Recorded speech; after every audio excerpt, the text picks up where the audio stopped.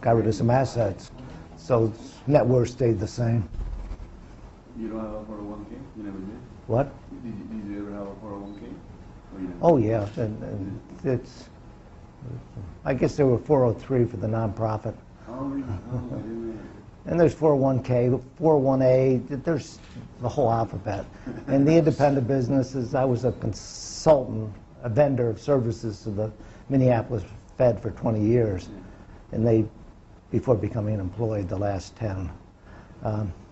And so that was, you have they call it, there's some pension funds are all varieties. There's so many of them, but the businesses can put up to 20% of your salary, up to about 40,000 total. 45,000, I guess it's up to now. In this deferred compensation, the deferred receipt of the income and payment of the tax. When it comes out, that's when you do it, when you pay.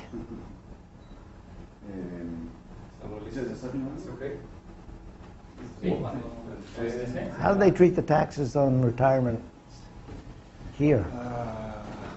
Well, actually, right now, what we have is that the private pension system, you can. Well, there's one portion which is compulsory, obviously, which is similar to the. We used to have. There are two systems. There's the defined benefits, and there's the defined contribution. Or defined benefits and defined contribution, right? It's similar to the Social Security in the U.S., more or less. Oh yeah. There are defined benefits.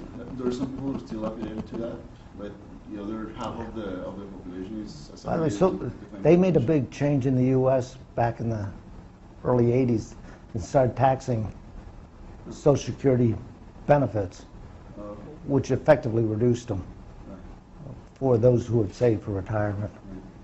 No, here we have a figure where it's compulsory, but you don't. In the end, you end up receiving your money as it goes. So if you're contributing to the defined contribution system, your returns at the time that you retire, they just come in as they are. Oh, you don't. It's not part of your taxable income. And there's also a voluntary system where you can contribute at the most. There's a cap like of 30% of your income, of your yes. salary. That is tax deductible, so you don't actually pay taxes on yes. that. If you take your money out before 5 years, you lose your tax benefit and you have to pay it out. But if you don't, you gain the deduction on your taxes. So in the end, it's actually very good. But obviously, they're planning on changing a lot of those things because they're figuring out, actually speaking, they're not that great. Okay. So we're here with Nobel Prize winner 2004, Dr. Edward Prescott. Thank you very much, and welcome to Colombia. This is your first time in Colombia? This is my second time, Okay. and it's a pleasure to be here. Thank you very much for coming. So I'm actually going to ask you a very easy question because apparently not a lot of people are so much aware of this. Can you tell us a little bit about your economic prize, your Nobel Economic Prize? What were the contributions that you made that made you a winner of the economics prize in 2000? It's joint work with Finn Kittlin. There were two papers. Paper one is something about time inconsistency of the optimal policies. That means you have to have a technology of committing. You can't do what's best given the current situation. You have to set what the plan. If you can commit, you can do better. That meant that macroeconomic policy was not a matter of like control theory, controlling the rocket ship to the moon or something. Instead, it's a game. We're dealing with people. And people what they do now depends upon what they think is going to happen, and very simple. The second thing, and more important contribution, was the methodology. We happen to apply it to business cycles. How to construct explicit, dynamic, general equilibrium models with people in there making transactions, saving, deciding what contracts to enter into. Anytime there's a contract, there's somebody on both sides. That it's radically different than the partial equilibrium. We don't use the word supply and demand, except as a mathematical abstraction to prove existence of the equilibrium in these, but they're not. What we organize our knowledge around is people's ability and willingness to substitute between, well, consumption today and in the future, or between labor and leisure, consumption and non-market time. You can put more of your time in the market, have more income, and buy more consumption. And a tax on income, on labor income, I should say, makes market goods more expensive relative to the ability of the economy to transform. So this whole methodology, it's totally dominated. Dynamic economic theory became a hard science. It includes financing. The equity premium puzzle paper is a widely cited one that I had written with Ragnish. Equity premium puzzle, yeah, with Ragnish Mehra. But that says, we started saying how big things are. And we make welfare statements about what happens if you change the tax system in a certain way. What is the consequences for the welfare of the individual as measured in their lifetime consumption equivalents? At how much would you have to have your income scaled up by to make you indifferent to the change? That's the measure. And there are some puzzles, but a lot of them get. That's true of any hard science like physics or economics. Actually, I was going to ask you about that. Last year we invited another of your colleagues, another economic prize winner, Robert Merton. And it's actually very interesting to talk to people like you, because the economic sciences, especially with the financial crisis of 2008 and 2009, a lot of economists are having a little bit of a, maybe I should say, kind of mind change of realization of different theories that maybe were not really there, or were maybe part of the past, and they actually came back to reality with the financial crisis. How do you think that your theories come along with? Oh, I think the established theory we know. Politicians ignore theory. Politics thumps science. What they do to Galileo, Inquisition. He said the Earth is not the center, and the sun is the center.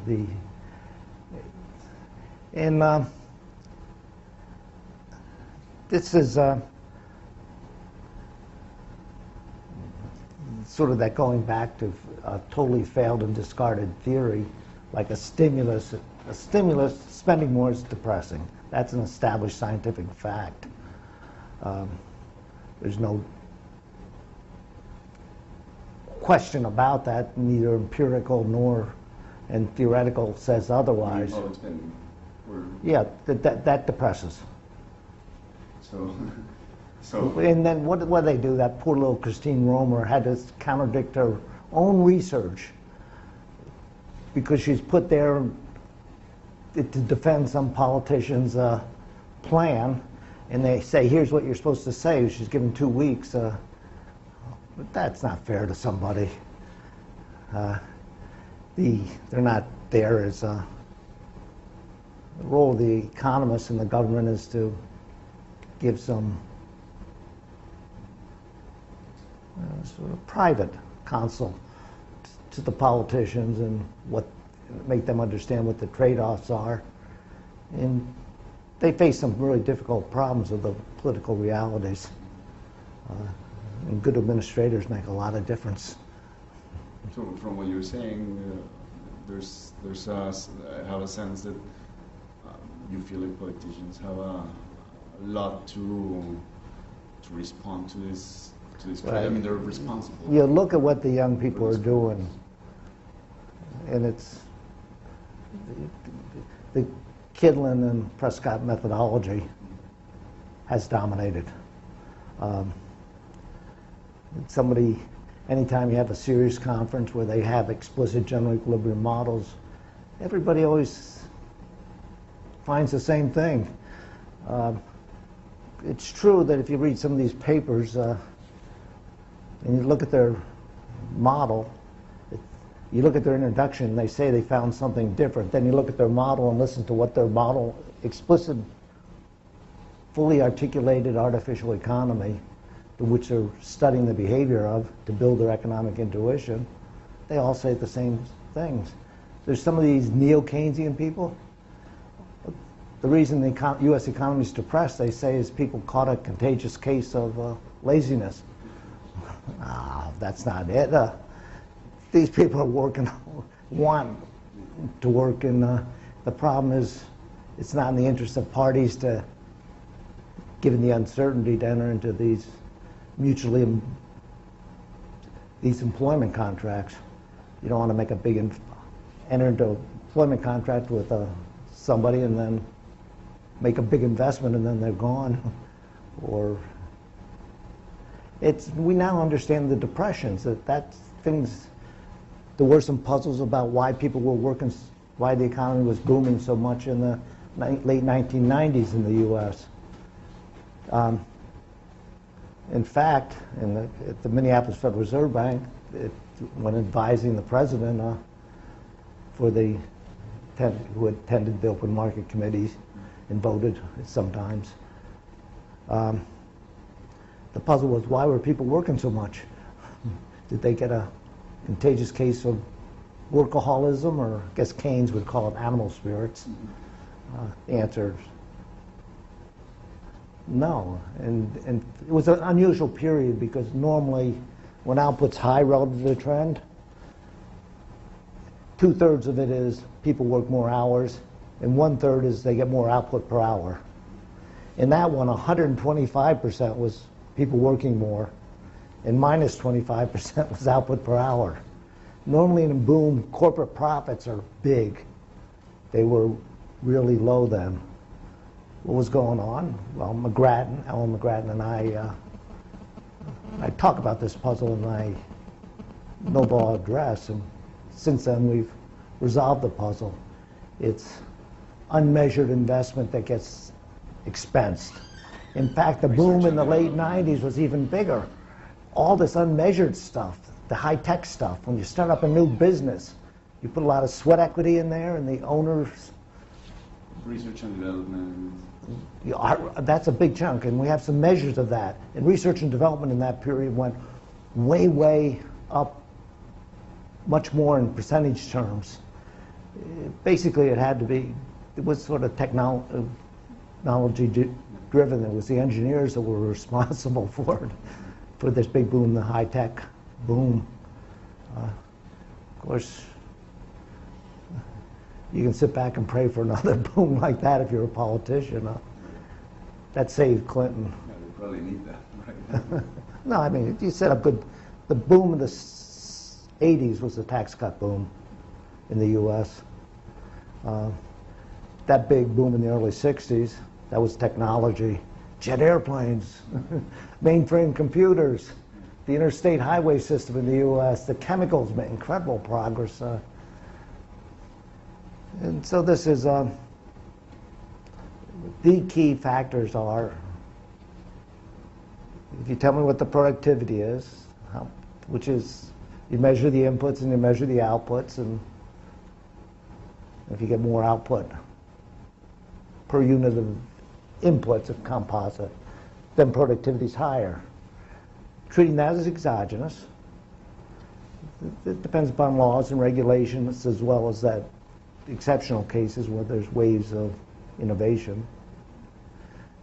That tells you what the economy, you can predict well what the path of the economy.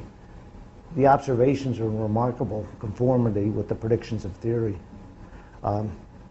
Theory works, and it's, you know, in the financial thing, people find ways fast when, in 1981, mortgage markets in the U.S. shut down. A tenured professor putting a third down, I couldn't get a mortgage. Just when I moved from Pittsburgh to Minneapolis. So we had to go to individual financing, not intermediated. I issued a mortgage in Pittsburgh, and the people that sold me the house in Minneapolis issued a mortgage to me. And we saved a lot of money on intermediation costs, but we bore a lot of idiosyncratic risk, with no problems developed. You don't want to have all your eggs in one basket on risky things. And sometimes with the mortgage market, you want to diversify across a lot of both regional and individuals. Individuals have marital problems or something, and they forget about paying mortgages. And that's when that's a big default risk, is what I learned at that time. What's your view on the recovery, or the recovery of the U.S. economy right now? Because, yeah, I say there's no recovery. I say we're still, last quarter we actually fell a little bit relative to trend. I do it relative to trend, which is growing. About 3%? Almost 3%. It's a little bit, population growth has slowed in the United States. People are going back to Mexico. The flow is, there was 1 million net foreign people coming in from foreign born a year, and that's down to 0 now. So that 1 million out of 320 million people, that's a drop of 1/3% in the population growth rate. So I might be closer to 2.6 now, rather than 3%. But that 1% population growth had been pretty constant over a very, very long period of time. So the 3% number you gave, maybe at least until recently, has been the number. What do you think are the problems on this path to try to recover? Or do you, for example, when it comes to monetary policy and to Well, the greatest thing to happen is this non-monetary policy. People using the methodology, they build in tax rigidity, contracting rigidities, staggered wage contracting, sticky prices, Calvo. And these factors quantitatively don't, when they're restricted by micro observations, don't seem to show up as being important. That's the finding of this. Some things, if you see big deviations, if you abstract from these factors and you saw big deviations when there were financial crises, then I would point, look for that, model that, incorporate that in a good way. But there's not. It seems to be all the taxes, and more important, the productivity is what determines the level of outcome. There are extreme cases when Brazil had their 40 and 50%, huge inflation, and 11% of their GDP was used up in the banking. They could clear checks in nanoseconds. They used to have 1,000%. What? They used to have 1,000%. 1,000. Yes. But that's socially wasteful, having all the people doing that activity. Yes. You want them out there producing things that people value, and the reasonably stable price system is the function of the Federal Reserve System. Also, you want a safe payment and efficient payment and credit system that facilitates exchange. And our financial system has been getting better in the U.S. The markets are so liquid, and it used to be they charge a couple, 2% on a brokerage commission. Now it's 0. With this exchange, it's easy to get diverse. It used to be the mutual funds were 2%, counting the load up front, amortized over the life of the holding. Now 10 basis points, it's easy to get through somebody like the Federal Thrift Plan. It's about 2 basis points, but the standard is more, it's easy to get it under 10 basis points through places like Vanguard, for example, and Fidelity and others. So, and it's so fast you can do these transactions to move the money around, and you can get diversification of idiosyncratic risk, things that average out. One of the principles, by the way, about finance, non-idiosyncratic risk, aggregate risk, cannot be diversified away. It's non-diversifiable. Somebody has to bear it, and we got to set up good mutual sharing arrangements to handle that. We have a lot of good ones. The stock market's a good one. Mutual funds are good ones. Well, insurance companies work quite well. If you try to insure the uninsurable, you can get into trouble, and then these people come to the government to say, bail out the lenders to these institutions, and there's a lot of hidden taxes, that's not good. So I think over in Europe, I think the most guilty parties are people like the Germans and the French. They should not have lent to Greeks. And the people who lent to were on subprime mortgages should not have, but the government mandated that by law to do it. The banks had to invest locally, and that even if there were not qualified borrowers locally. This is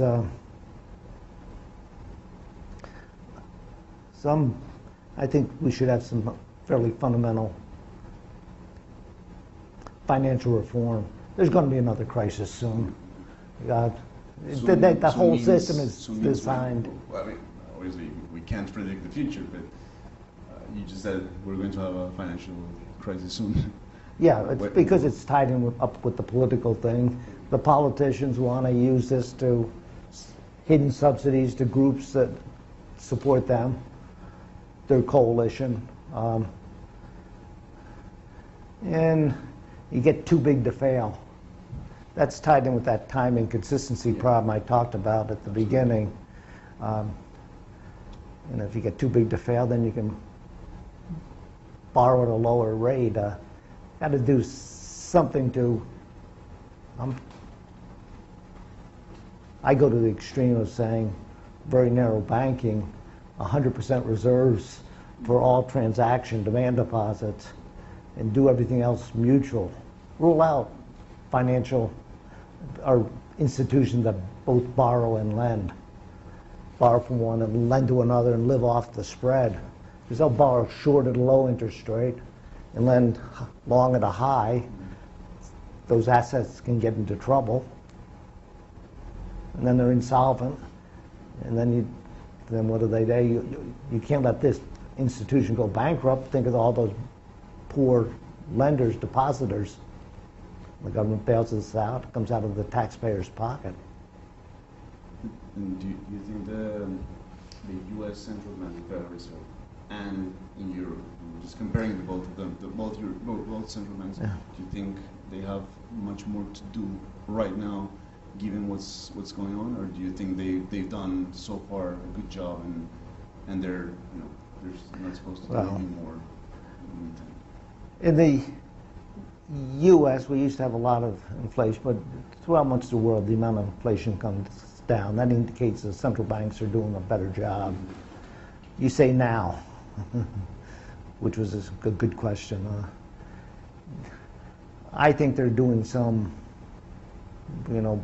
borrowing short reserves, borrowing from the banks, and lending somewhat longer at a higher rate. They're making huge profits, the Federal Reserve System, but they're gambling. And I don't think they should be in that business of gambling. They're there as just an efficient payment and credit system and maintain the stable prices. That really facilitates when you're a business person and entering into contracts with various parties. If you don't have to worry about guessing what's going to be happening to the inflation rate or going through complicated hedging procedures that may not be solvent themselves. They create the fiction of this non-diversifiable risk going away by packaging these mortgages and breaking them up into trenches and all kinds of mumbo jumbo that gets complicated. If you're in that field, you probably know the details better than I. Right. It seems that nobody understands that. I think of the macro, the overall. You can't just look at one little part of the thing. You have to look at the whole. And we've got to increase the opportunities for people to save, and we can do that by tax reforms and by it's not just paying people to retire early, not paying people to get out of the labor market. It's in providing incentives that if you work more and put more in there, you get more out when you retire. If you go to this mandatory 10% like Australia, that would, if the U.S. did that, that would reduce poverty in the U.S. They require you to annuitize it when you retire in Australia. Sweden's adopted a similar system. But the thing is, in the U.S., about the retirement part is 10.4%. The split between the employer and employee contributions. It's a little bit lower now because of the temporary reduction in they call it the payroll tax. Now that money would put in the individual accounts, and I only and say get a 4% real. These people would have, the median wage earner would have a lot more, payments would be a lot bigger than they are under Social Security. And they would have a better retirement period. And they'd have incentives to work longer too, or get a second job, or sometimes keep it busy. I like that, but and a lot of people seem happier when they are busy. What about in Europe? What about in Europe? In Europe, I think they are making some reforms. The Swedes followed the Australians. The Swedes have indexed the retirement age. They've upped the retirement age to the mortality tables. Central Europe is doing pretty well, but it's sort of, they have their political, I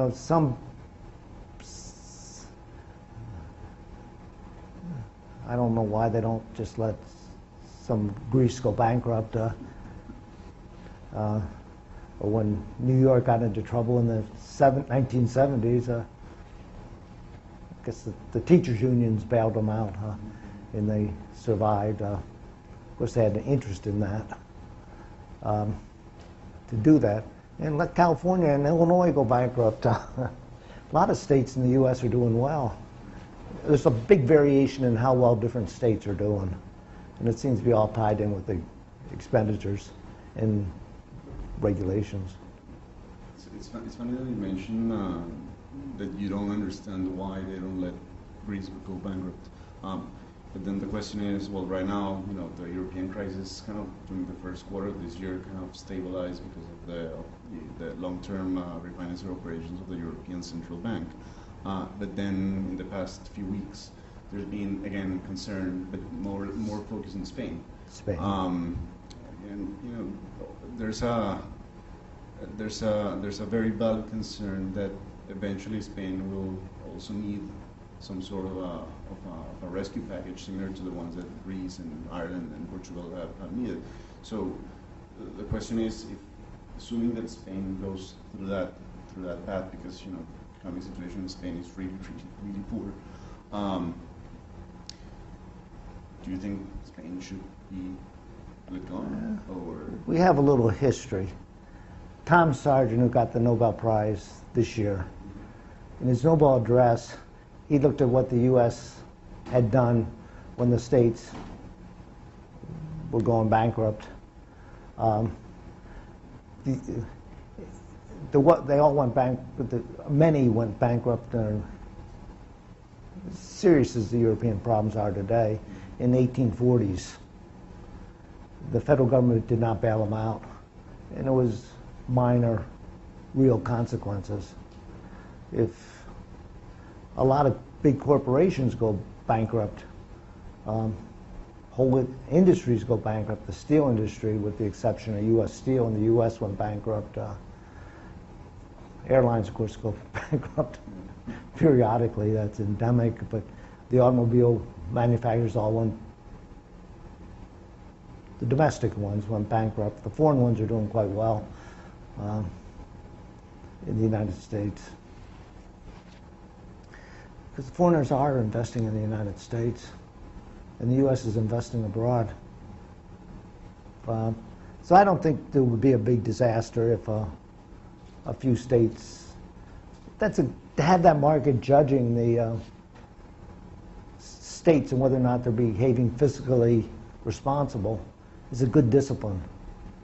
And to have, the German government tell their old people, well, you put the money in the banks, and then they tell the banks, you lend it to the Greeks. Don't worry, we'll take care of bailing them out. Old people vote, and they want a place to save. But it's a bad promise to make. But it seems that, you were saying a few things that happened, many years ago. But then, the counter argument would be, well, the thing is that, 30, 50, 100 years ago, the interconnection of the world economy was much less than what it is today. So, at that time, if the state of New York would go bankrupt, there's a situation that goes on with New York, and that's it. But today, the whole issue is that, last year or 2 years ago, when Greece was about to go to default, the whole world was under eyes on Greece, because there was a big concern that if Greece went down, then the whole world economy will also go down because of a small country like Greece. I guess, because of the interconnection of financial I don't markets, see I don't see people try to develop mechanisms for this to happen. The United States was a reasonably integrated economy in 1840. They had built the canals, and they had railroads. 50 years before that, it was not. Transportation costs were too big. It was not. But the whole U.S. did not go down. At that time, the reforms were, at the state level, were made. Every state, save one, passed constitutional amendments requiring a balanced budget. Sometimes they get sneaky ways to get around that. Good accountants can do just about anything, or clever accountants. So I don't see why the whole world would go down. I think that was just they did not want their banks, German banks would be in problems. It would be embarrassment for the German government. The German government would then wouldn't get reelected. Japan, they had a financial crisis in about 1992. A lot of their borrowers from the banks couldn't make the interest rate payments.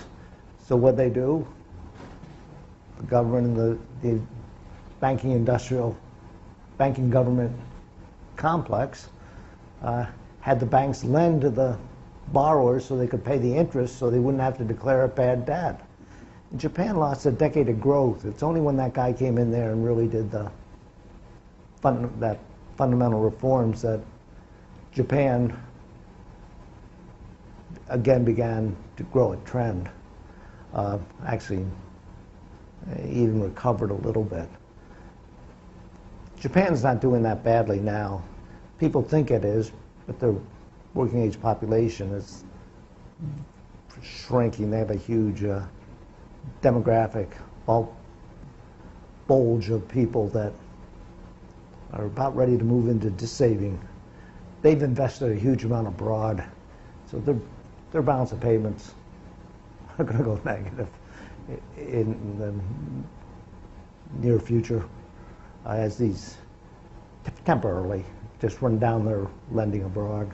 But everybody can't lend abroad, as the Norwegians do, the Germans do. You see the Germans, the Azerbaijan, they're all over there, desperate for places to invest. I talked to some of them, and they looked at Ukraine and said, no way.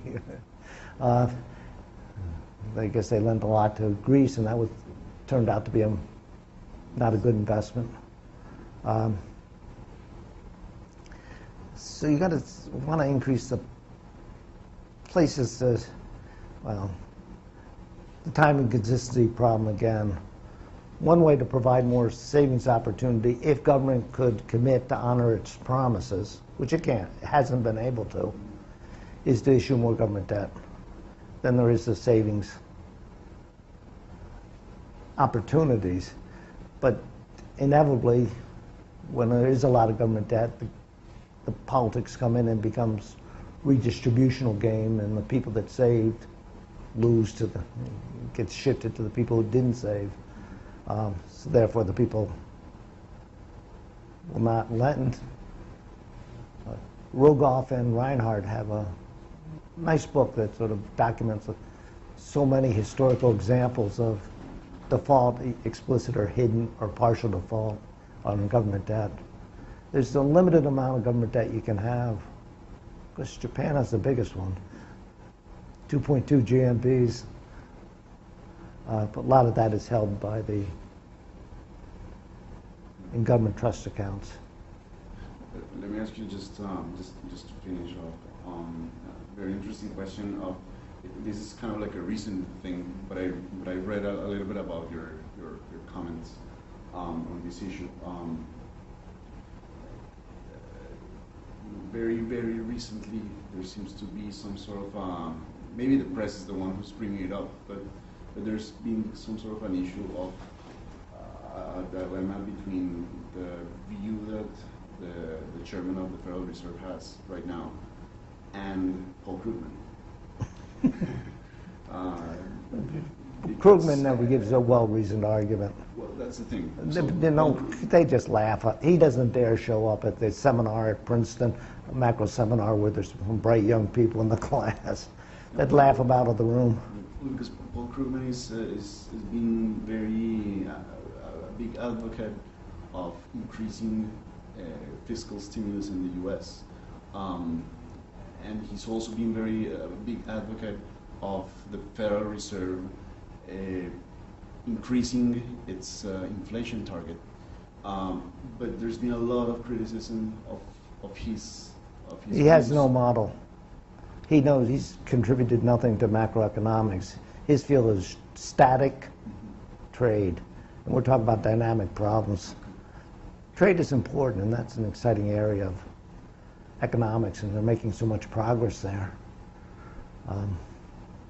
it's tied in with the openness. That's sort of moved to center stage in the economics profession at the brightest and best young people. I see you're in a very big opposition on his... On the trade, yeah, but even there they have problems.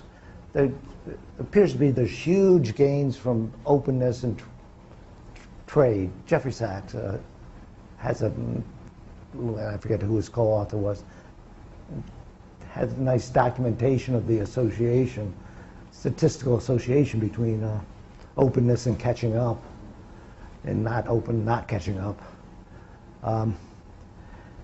So that's a,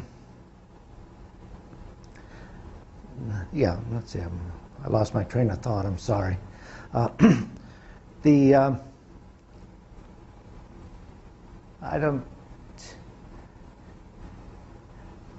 The Fed just can't, sort of this, what should be done, you've got to get the new technology and new ideas and new ways to do things, and that's got to flow. The multinationals are so important.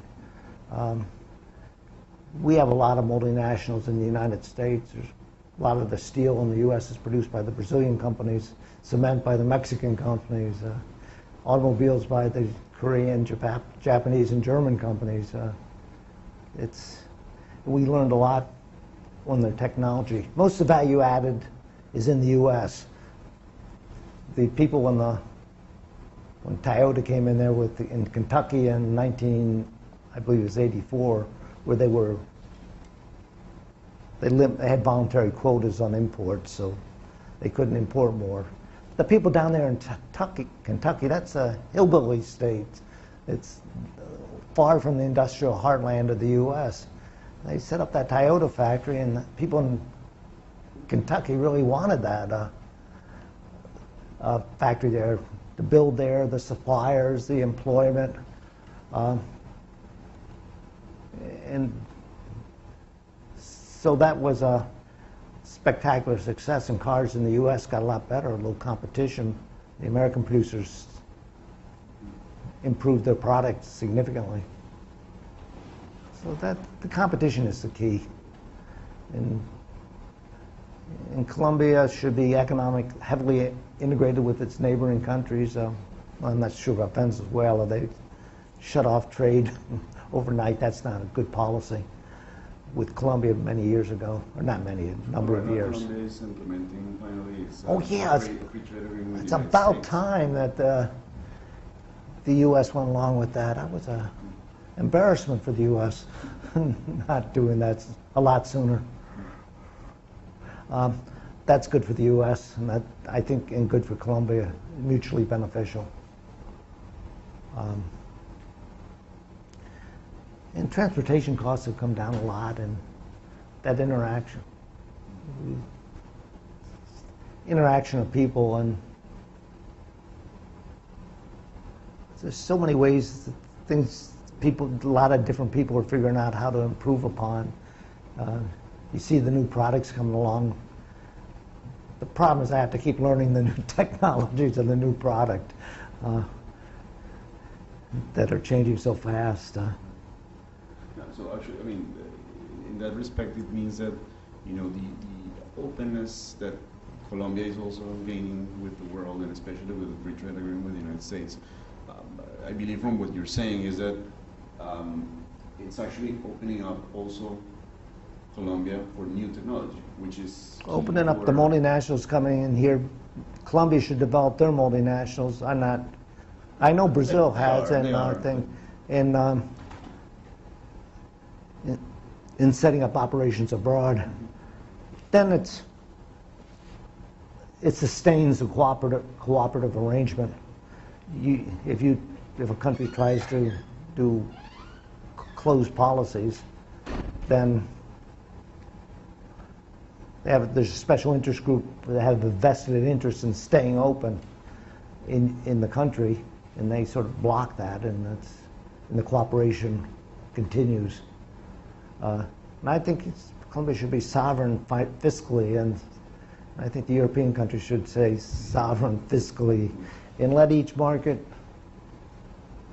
each country be judged by the market on whether or not they're, and if they start playing games with accounting or something else, there's some people who will inspect that and see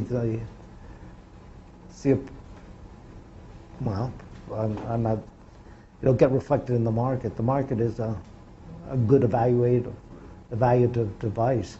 People are putting their money where their mouth is. So you have to be careful there. But as soon as you have some other third party bailing out, then it gets messed up. Thank you very much for your time. Okay.